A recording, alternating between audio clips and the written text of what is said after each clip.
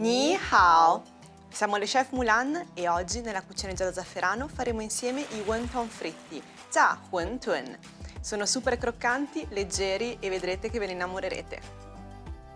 Iniziamo con l'impasto dei wonton. Versiamo la farina nella ciotola, un pizzico di sale e l'acqua. Andiamo ad amalgamare il tutto e con le mani formiamo un composto liscio e omogeneo. Una caratteristica di questo impasto è che deve risultare piuttosto duro e compatto. Copriamolo con della pellicola da cucina e lasciamolo riposare per circa 10 minuti. Passiamo al ripieno. Tritiamo finemente un cipollotto. Per il ripieno prendiamo solo la parte verde.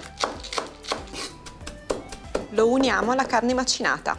In questa ricetta proponiamo la versione con ripieno di carne, ma sono molto famosi anche quelle con verdure e con gamberi. Aggiungiamo un pizzico di sale, pepe bianco e il vino di riso cinese oppure anche il vino bianco. Uniamo il ripieno noi con sempre le bacchette, voi potete farlo con le forchette. Il composto è ben amalgamato, passiamo adesso ai wonton.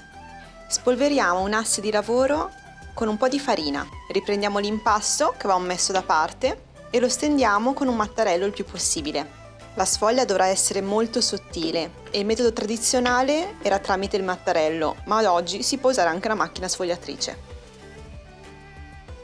Facciamo passare la pasta più volte nella macchina e piano piano riduciamo anche lo spessore.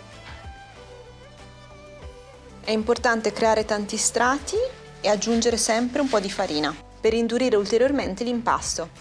Tagliamo la pasta in quadrati così.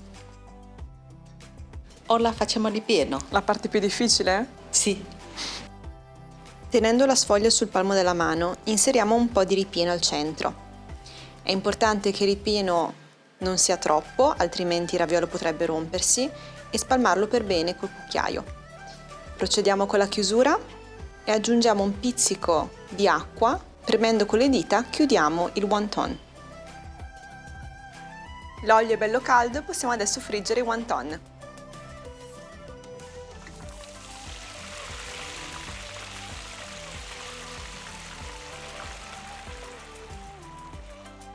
Scoliamo i wonton sul letto di lattuga.